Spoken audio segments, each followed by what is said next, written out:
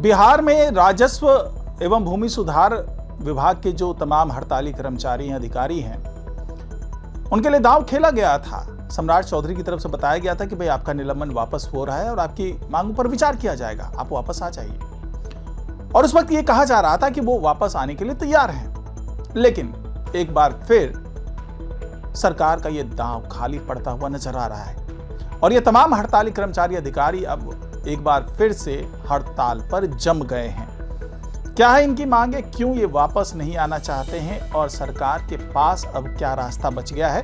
क्या विजय सिन्हा के रास्ते पर ही चलना पड़ेगा या क्या होगा? सब कुछ जानेंगे आज की इस रिपोर्ट में, तो इसे आखिर तक जरूर देखिएगा। नमस्कार, मैं हूं डॉक्टर सुरजीत सिंह और आप देख रहे हैं YPN बिहार झारखंड। अगर आपने अभी तक इसे सब्सक्राइब नहीं किया तो सब्सक्राइब कर लीजिए और अगर आपको ये वीडियो अच्छा लगे तो लाइक कीजिए, शेयर कीजिए, कमेंट जरूर कीजिए। तो सम्राट चौधरी ने बड़ा पत्ता खेला था, बड़ा दांव खेला था। 19 अप्रैल को घोषणा कर दी, यहां तक कि जिला अधिकारियों को निर्देश दे दिया गया कि जो भी कर्मचारी अधिकारी जिनको 11 फरवरी से लेकर के 19 अप्रैल तक निलंबित किया गया है, उनको आप वापस ले लीजिए, उनका निलंबन खत्म कर दीजिए। और ऐसा ही हुआ। बाकायदा जो अपर सचिव हैं राजस्व एवं भूमि सुधार मंत्रालय के डॉक्टर महेंद्र पाल, उन्होंने आदेश दिया और इस आदेश का पालन हुआ और उसके बाद सारा निलंबन जो है वो खत्म कर दिया गया। और ये माना गया कि भाई अब जो भी कर्मचारी अधिकारी वो वापस लौट जाएंगे और उन्होंने ऐसा साइन दिया भी था। हड़तालियों ने कहा था कि भैया ये जो नरम रवैया है सरकार का, उसका हम स्वागत करते हैं और हम इनके साथ जुड़ेंगे। अब मजबूरी ये थी कि भाई जनगणना होना है, तो जनगणना के लिए सबसे ज्यादा जो है ये राजस्व विभाग के जो तमाम कर्मचारी होते हैं, अधिकारी होते हैं, वो बहुत ज्यादा जरूरी हैं। उनके बिना जनगणना करना बहुत मुश्किल हो जाना है। तो इस सोच के साथ भी सरकार ने नरम रवैया अपनाया और जो पत्र भेजा था महेंद्र पाल ने, उसमें साफ साफ कहा गया था कि भाई जो जनगणना हो रही है उसके लिए ये जरूरी है, इसलिए निलंबन जो है उसको रद्द कर दिया जाए। लेकिन एक बार फिर से पाला बदलते हुए, पलटी मारते हुए ये जो राजस्व और भूमि सुधार विभाग के अधिकारी हैं, उन्होंने ऐलान कर दिया है कि जब तक उनकी सारी मांगे नहीं मानी जाती है तब तक वो वापस नहीं लौटेंगे। अब यहां पर सवाल ये उठ रहा है कि ऐसा रवैया क्यों? तो शायद अब राजस्व एवं भूमि सुधार मंत्रालय के विभाग के जो अधिकारी कर्मचारी हड़ताल पर गए हुए, उनको ऐसा लगने लगा है कि भैया मेरी जरूरत अभी बहुत ज्यादा है इनको। अगर ये मौका निकल गया तो शायद फिर इस तरह का कोई मौका हाथ ना आए, तो इसलिए जमे रहो, डटे रहो। और इनका जो संयुक्त संघर्ष मोर्चा है वहां ऐलान कर दिया गया कि जब तक हमारी मांगे मानी नहीं जाती है तब तक हम वापस नहीं लौटेंगे। 224 हड़तालियों जिनका कि निलंबन हो गया था, उनका निलंबन को खत्म कर दिया गया। लेकिन अभी भी जो तमाम अधिकारी हैं, उनका एक ही उनकी मांग है कि जो जून 2025 में हमारी मांगों पर विचार किया था सरकार ने और तत्कालीन अपर मुख्य सचिव ने जिस तरीके से लिखित मांगे मान ली थी, लिखित तरीके से, तो उन पर सरकार को आगे बढ़ना चाहिए, क्योंकि सरकार अब उन मांगों से पीछे हट चुकी है। यहां तक कि पटना हाई कोर्ट ने भी उनके पक्ष में फैसला दे दिया है कि हड़ताली जो कर्मचारी हैं, अधिकारी हैं, उनकी मांग जायज है। मांग भी 2-3 मांग है जो प्रमुख रूप से है। पहला तो निलंबन वापस लेने की थी, वो मांग मान ली गई। इसके अलावा जो भी राजस्व के कर्मचारी हैं उनको असिस्टेंट रेवेन्यू ऑफिसर का पद नाम दिया जाए, ये मांग भी मान ली गई सरकार की तरफ से। उसके बाद ये था कि उनका जो पे है अपग्रेड किया जाए, 2800 वाले पे स्केल में उनको डाला जाए। इस पर बात अभी चल रही है। इसके अलावा था कि भाई जो भी कर्मचारी हैं उनको अपने गृह जिले में ट्रांसफर चाहिए, उनको भेजा जाना चाहिए।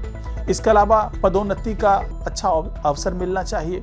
तो ये वो तमाम खास मांगे हैं जिन पर ये बार बार कह रहे हैं हड़ताली कि भाई हमें इस पर जवाब चाहिए और वो भी लिखित में चाहिए। हम मौखिक कोई आश्वासन नहीं मानने जा रहे। जबकि सरकार ने अपनी तरफ से कहा है कि भाई आपकी जो भी मांग है उस पर सहानुभूति पूर्वक विचार किया जाएगा, लेकिन तुरंत आनन फानन में फैसला कर दिया जाए और इसके कारण आप हड़ताल जारी रखें, यह भी सही नहीं है।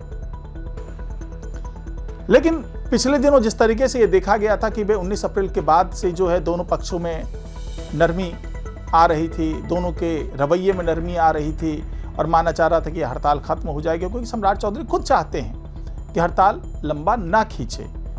इसके लिए अगर झुकना पड़े तो झुकने को तैयार थे। इसको लेकर के तमाम तरह की बातें हुई, सियासी हंगामे हुए, कहा गया कि भाई विजय सिन्हा ने जो सख्त रवैया अपनाया था, जो भ्रष्टाचार की नकेल कसना चाहते थे, वो सब कुछ अब ढीला कर दिया सम्राट चौधरी ने। और मिलना क्या था? मिलना ये था कि ये जो हड़ताल पर गए हुए कर्मचारी वो वापस लौट जाए, और वापस लौटने के बाद काम सुचारू रूप से चलने लगे। यही उद्देश्य था सम्राट चौधरी का। लेकिन वो कहते हैं ना कि न खुदा ही मिला न विशाले सनम, न इधर के रहे न उधर के रहे। ऐसा ही कुछ अब सम्राट चौधरी के साथ हो रहा है कि न वो इधर के रहे न उधर के। निलंबन भी वापस ले लिया, नरमी बरतने का आरोप भी लग गया, विजय सिन्हा के आदेशों को पलटने का आरोप भी लग गया, और मामला वहीं के वहीं। अब हालात ऐसे हैं कि 534 अंचल कार्यालय हैं कुल बिहार में, वहां पर 40 लाख से ज्यादा आवेदन परिमार्जन के हैं, दाखिल खारिज के हैं, म्यूटेशन के हैं। ये सारे आवेदन वहां पर अब लंबित पड़े हुए हैं। सरकार कुछ नहीं कर पा रही है, लोग परेशान हैं।